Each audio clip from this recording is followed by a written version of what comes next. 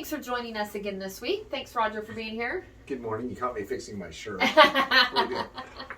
This is our last week talking through 10 values for the modern family. Mm-hmm. We've been using this book, More Than Words by Aaron Wathan, as kind of a launching point for some of our conversation. And so I really enjoyed this book. I thought it was a challenge. I did not agree with a lot of it, but I agreed with a lot of it. Mm-hmm. And more than anything, it made me think. Absolutely. So. No, same. I enjoyed it also in same reasons. And we would talk about those as well. So. Yeah. But it's good. Yeah, so I hope that it has prompted some conversations at your house, given you a new lens to look through some of these values. We kind of rattle off values as almost like Hallmark cards, but sometimes we, as people of faith especially, need to dig a little deeper into what that actually looks like for our family. So I think it's been a great challenge for us. On week 10, the 10th value that she talks about is authenticity, being who you are. So I really like this chapter. It made me think, but it also made me go ouch a couple of times. It's a nice summary, kind of the other values, and then who are you? Yeah, I really liked it. So one of the things that she talked about was just that we as a society struggle with being authentic, who we are, and she mentions, of course, that social media has played a huge role into that we are crafting our online persona, and children from a very young age have already figured out you have to manipulate who you come across as online. But I would say that we've had issues being authentic well before social media. Absolutely. You know, and so why do you think some of that is? Why, especially people of faith, why do you think some of that is that we struggle so much? Yeah, I think it's the perfectionistic attitude is part of it, is that we want to appear that we have overcome and we've done things. I think that obviously our society in general, that there's a societal, we want to be part of a socioeconomic class, we want to be part of a political class, we want to be part of it. It's inbred in us, really. Yeah. And so I think that that's a big part of not being authentic is that, let's see, from past, obviously your family upbringing is a huge one. Yeah. And it goes way back. We've seen it throughout history. In fact, there's been books written on it. For, right. You know, I mean, when we look at even some of the famous novels of people who led either more of a dual life or put on airs to things. I mean, it's been a subject that's happened throughout history. Yeah, that's true. I can think back to stories of one of my grandparents who struggled with mental health. And back in the 50s, it was probably more taboo than it is today. And it still is incredibly, uncomfortable for people to think about mental health. And they would drive all the way across to another city for her appointments because she was terrified someone from church would see her going into a psychiatrist's office. Yeah. And it was just, and I think sometimes people today might feel that same way. Absolutely. So, no. Struggle to be authentic.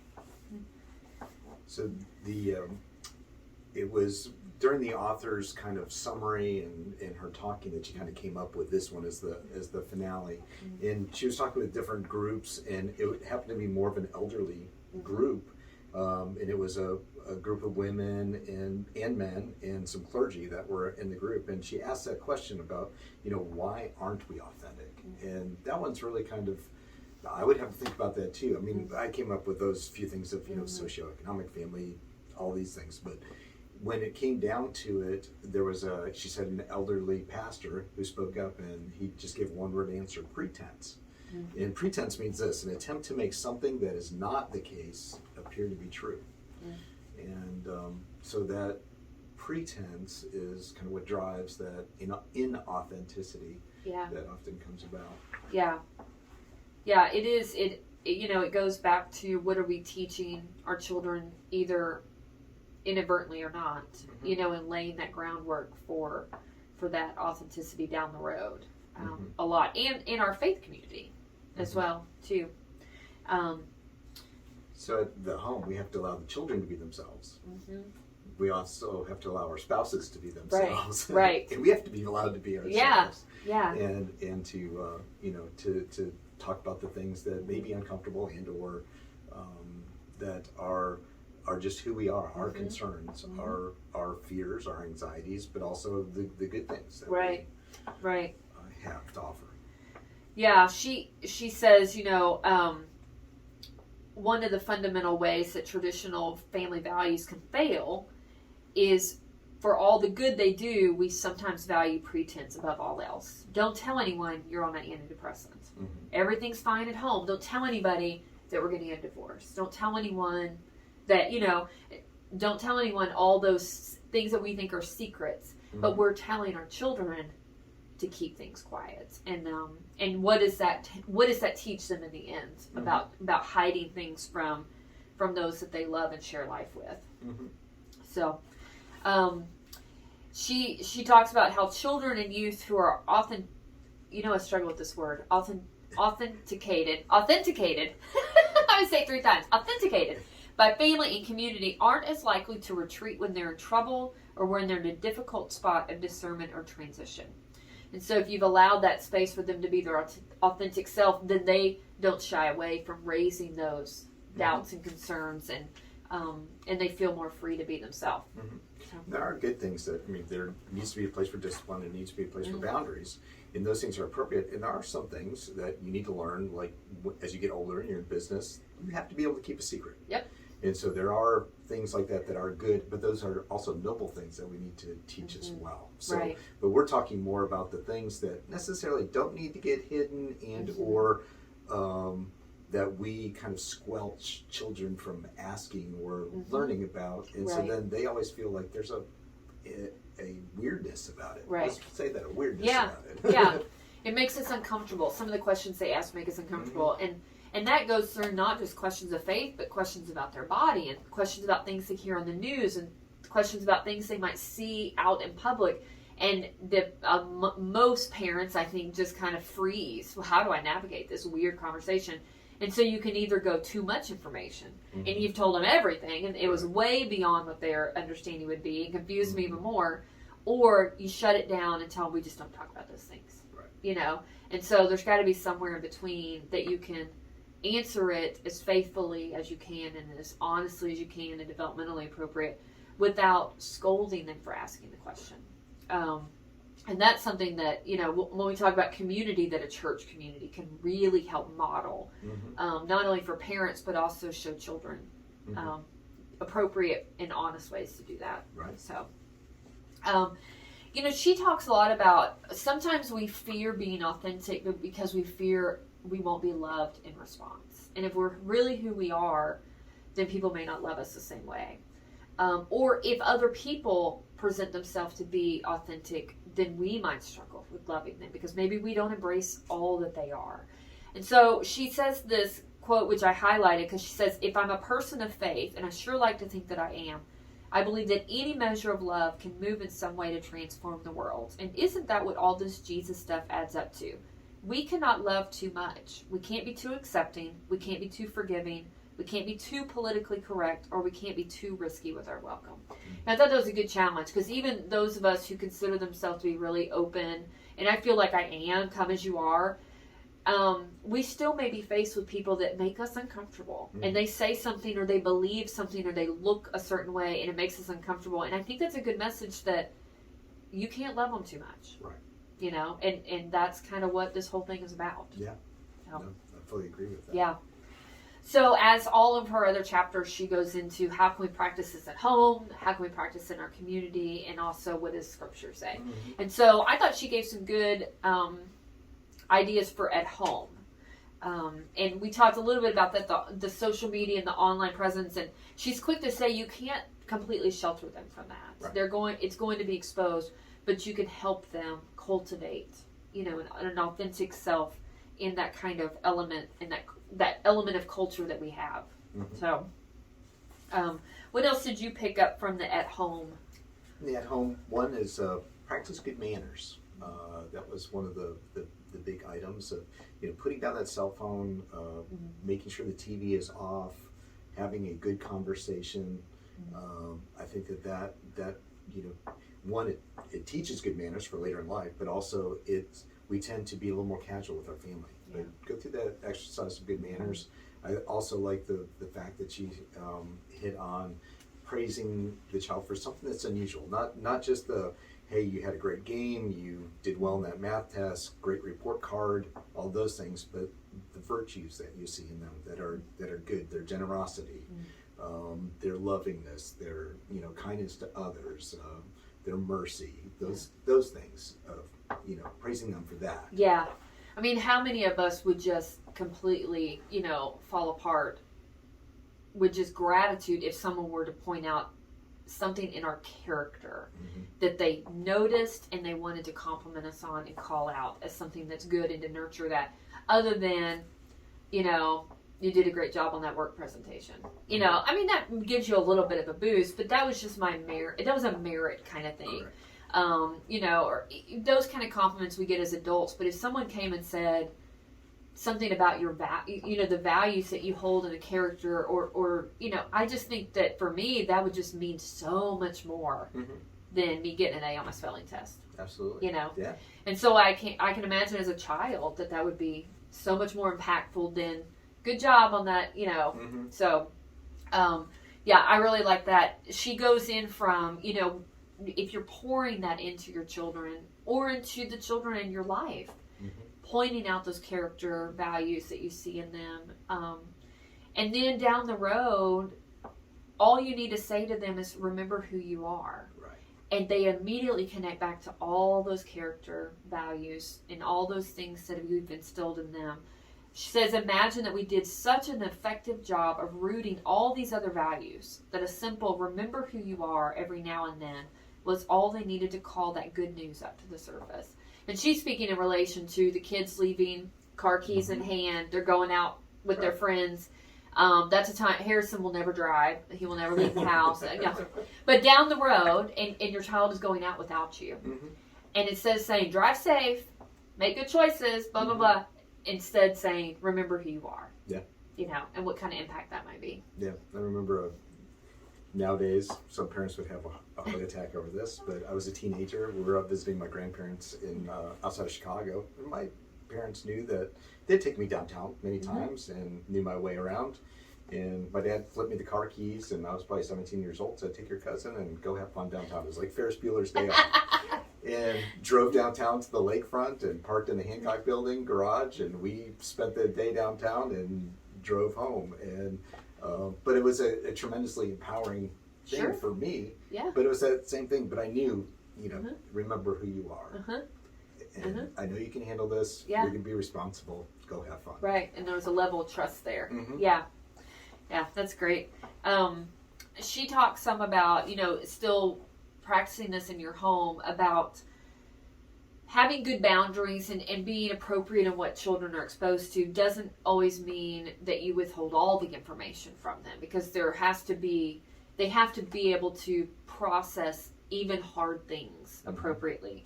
And when you shut them down when they ask that question, or when you turn 4 shades of red and walk out of the room because you're embarrassed by the question, or you say, we don't ask people those things, then you're just shaming them for that question. But instead trying from a very young age to build a foundation of open communication that's authentic, appropriate, but authentic. And trying to not just be, everything is happy, life is happy, and then when they hit a teenage and then they realize, no, it's not all happy, kind of thing. And that kind of balance between being authentic, bringing them into those hard questions, and answering those hard questions. Sure. I mean, we know kids are smart. Kids are intuitive. Kids pick up on things. And so, I remember years ago when I was a kid that my mom had a doctor's appointment, but then she was also talking at the dinner table about a follow-up appointment and this, that.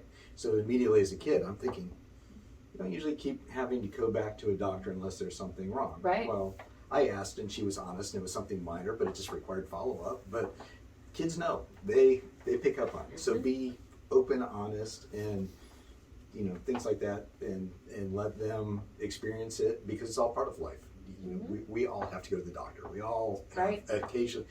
You're very lucky in life if you never have to have a procedure of some type or something that doesn't require a follow-up. Right. Or some time. Because as a kid, your mind just, you've seen something on TV or you read it in a book and your mind goes there. I have a similar story about my grandmother. I was young, 2nd or 3rd grade, and the whole family, we always would go to the library once a week after school. My mom is like a bookworm. She still reads like tons and tons of books. And so we went to the library, and we walked up to the checkout counter. We all had our stack of books. Mom's stack of books was all about cancer. Well, what does a 3rd grader think? Mom has cancer. And she's going to die. And, and so my mind goes there. And remember, I'm an Enneagram 6. Yeah. Even as a child, you're an Enneagram 6. And so, of course, I was like planning the funeral, standing at the, the checkout counter. And I asked, who has cancer? And I was immediately shut down. We'll talk about it later. Well, that's even worse. Right. Because then your mind really, and it wasn't until they made me wait until after my brother and sister went to bed to finally tell me that my grandmom had cancer. And my grandma passed away from that cancer. It was ovarian cancer. It was extremely advanced by the time that they found it.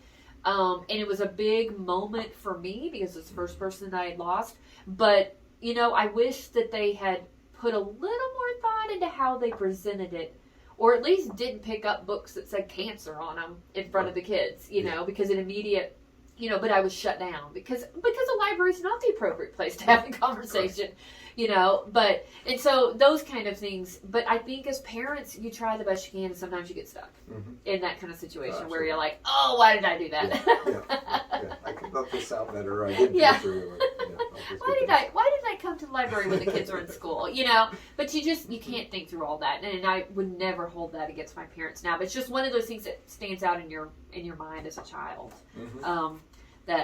And they were honest later on about things and about the reality of what was going to happen, which was helpful. So, but that is another situation we're all gonna face. A pet is gonna die. A grandparent is gonna die. How do we navigate that with our children?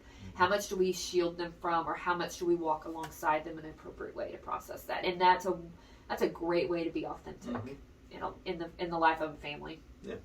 And we talked about the scarcity mentality in a previous, abundance versus scarcity, and that was a great lesson too for being authentic too. About you don't have to give children or other family members your financial statements, right? But you can be authentic in your financial situation in a good way, right? And not make the child have that scarcity fear. Yeah. We don't have enough. We're not gonna get, Right. Yeah, there's a line there in being authentic without, traumatizing them. Yeah. Well, I thought she gave some good examples about setting boundaries and practicing good manners and all those kind of things to make an authentic, relationship with your child from the very beginning, and modeling truth telling to them, which is, we want them to tell the truth, right? So we have to model that for them as a young age. So then she kind of goes into practicing authenticity in community. So we, of course, a lot of times think of community as church, right? And that's a lot of what she speaks to here. What were some of the things that you gleaned from this chapter? I think some of them were the fact that even within church there's the pretense. There's also the we each bring to, let's say, we'll just use First Baptist Church as an example, but we each bring things from, we may not have grown up in a Baptist church, but we each bring things from that church into that previous experience into this church.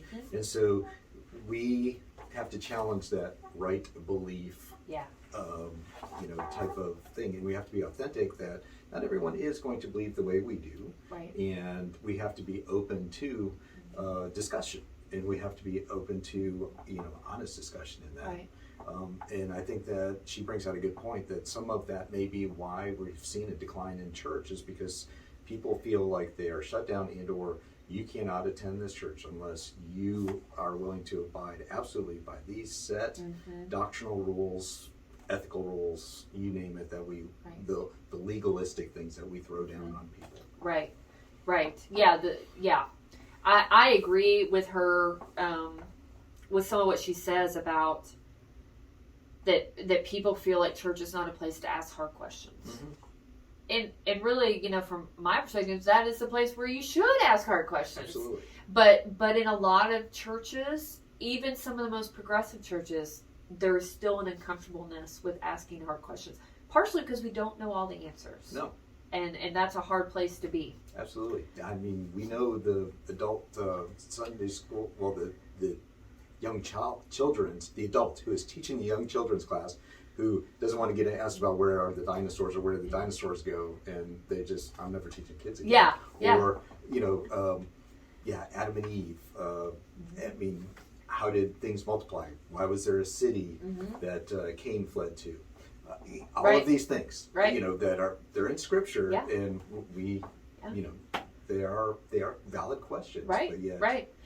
And I think because so many of us, especially those who were raised in maybe more conservative or fundamentalist churches, feel like if you don't have the answer, then there's something wrong with you. There's an answer for everything. Every answer is found in the Bible. And I don't think that's true, and I think it's not true for a reason. I think God really intends to live within the words there, and that we're not always going to find every answer in the Scripture. And there's in that, because it's a living, breathing thing. Correct.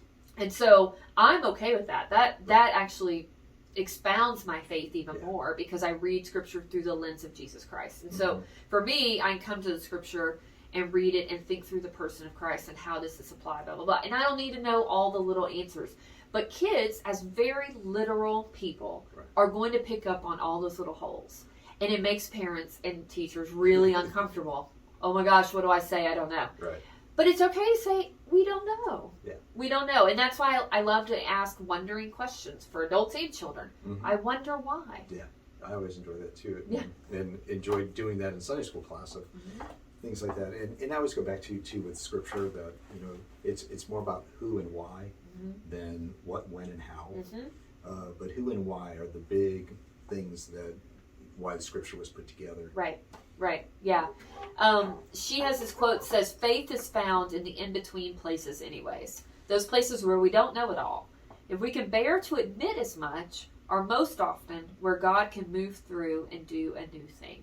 And I found that to be true. Those places where I don't have the answers and I'm wondering and I'm wrestling, those are often the places where God reveals himself the most to me.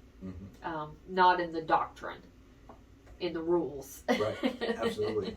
Yeah, the Scriptures, when we look back in the creation story and then the wanderings with Exodus and things, and we think about, still to this day, we're still all wanderers. Yeah. And we're just as rebellious as the children of Israel. Yeah, absolutely. And all of these things that still apply to this day. Yeah. I don't think that God ever intended for us to figure him out. No. He's a little bigger than all of us. And so I am comfortable in that place, but it's taken a long time, and clearly have spent a lot more time in rooms with children with really hard questions than most average parents and teachers have. And so, but it does, it takes you just saying, I don't know. And that's okay. Yeah. And kids need to know that adults don't always have the answers. Correct. And so we're not slow to respond that way, maybe at home with other questions. I don't know. But somehow in church, we're not as comfortable with that. Yeah. It's like we feel like we should have all the answers at church, even though we don't have the answers at home or school or, but we sometimes struggle with church. Yeah. So I think it's just, we all just need to have permission to not only say, I don't know, but to also embrace whatever question is thrown at us. Yeah. And because some of the questions that kids will throw at you are downright heresy. And they don't mean it to be heresy because they don't know enough to know what heresy is. Right. It's their mind just kind of thinking through things. But if you respond like, ooh, to them, or start judging their parents as what are you teaching your child at home, then we've gone the opposite. And we've taught that child that hard questions are not okay to ask. Sure. And we can teach too. I mean, it's a great learning experience. So let's sit down and talk this through, or let's read it again. Let's read around it. Yeah. Let's, here's, some good commentary. I mean, as they get older. Yeah. And, there's a lot of things, even I'm sure that you found in seminary, where there's, there can be 3 or 4 different interpretations, and all are very well respected. So you can put that out there, like, look, there's 3 or 4 well represented, good, sound teachings, and you get to pick. Yeah. And that's part of, I think that's something that's great in our faith too, is that we can we can say, okay, well, I mean, just based upon the way I interpret the scripture, and this is what it means to my life, that Right. I think this is it. Yeah, and give kids the opportunity to do that too, and not just prescribe the answers to them. Great. And then she kind of goes into authenticity in scripture. Oh. I think that her passage was well thought out, well planned, and I'll just go ahead and read it. But it's from Psalm 139, and it says this: "O Lord, you have searched me and known me. You know when I sit down and when I rise up. You discern my thoughts from far away. You search out my path and my lying down. You are acquainted with all my ways. Even before a word is on my tongue, O Lord, you know it completely. You hem me in, behind and before, and lay your hand upon me. Such knowledge is too wonderful for me. It is so high that I cannot attain it. Where can I go from your spirit, or where can I flee from your presence? If I ascend to heaven, you are there. If I make my bed in Sheol, you are there. If I take the wings of the morning and settle at the furthest limits of the sea, even there your hand shall lead me, and your right hand shall hold me fast. If I say, surely the darkness shall cover me, and the light around me become night, even the darkness is not dark to you. The night is as bright as the day. The darkness is as light as you. For it was you who formed my inward parts. You knit me together in my mother's womb. I praise you, for I am fearfully and wonderfully made. Wonderful are your works, that I may know very well. My frame is not hidden from you when I was being made in secret, intricately woven in the depths of the earth. Your eyes beheld my unformed substance. In your book were written all the days that were formed for me, when none of them as yet existed. How weighty to me are your thoughts, O God! How vast is the sum of them! I try to count them, they are more than the sand. I come to the end, I am still with you. Search me, O God, know my heart, test me, and know my thoughts. See if there's any wicked way in me, and lead me in the way everlasting." I think it's a great passage to wind up on. It is a great passage. I love the Psalms, and I love some of what she says about the Psalms, that you can always go there for. She said the Psalms, there's nowhere else in Scripture articulates the joy, the anguish, the mystery, of God than the Psalm. And their poetry, in general, but the poetry found in Psalms. And so, it is a great Scripture to remind us who we are. Yes. So she talks just about, an authentic life is a rich life of the Spirit. We find that richness in art and in poetry and music, in the sacred stories of our faith that have been given to our care, and in the family connections that, if we're lucky, are ours from birth. And so I liked a lot of how she pulled the psalmist into that. Yeah. And then she used an illustration too of a modern psalmist. She used Brittany Howard of the Alabama Shakes. If Alabama Shakes are a pop rock group from Alabama, and so just about her growing up and the way that, once again, the authentic life. And she didn't grow up in the best environment. She grew up in a junkyard. Her parents owned a junkyard, and she grew up in a trailer in the junkyard. But she talks about how wonderful it was, and how it was her parents that made this fun, as she said, amusement park, labyrinth amusement park of a place to grow up. So special. Yeah, I didn't know her story, and so I thought that was really cool. I went and Googled it to kind of read a little bit more about her family. And had a difficult childhood, but that place became, because of her parents taking what they had and creating it this wonderful space to grow up in, has become a part of her story and her imagery. And she is a modern day poet in a lot of ways, and has used those experiences. And so her family and her parents, especially her mom, I think, the author says authenticity is the art of finding the beauty of what is, not what we hope we will have. And her mom did that. She made it an authentic place to be raised, because she found hope and love and beauty in what she had. So I thought that was beautiful. So, all right. Well, it's been a pleasure. Yeah. So once again, thanks for joining us for our 10 words, and we've enjoyed, Aimee and I have enjoyed doing this. We hope to do something else in the near future for you, and but thanks for joining us. Yeah, thank you.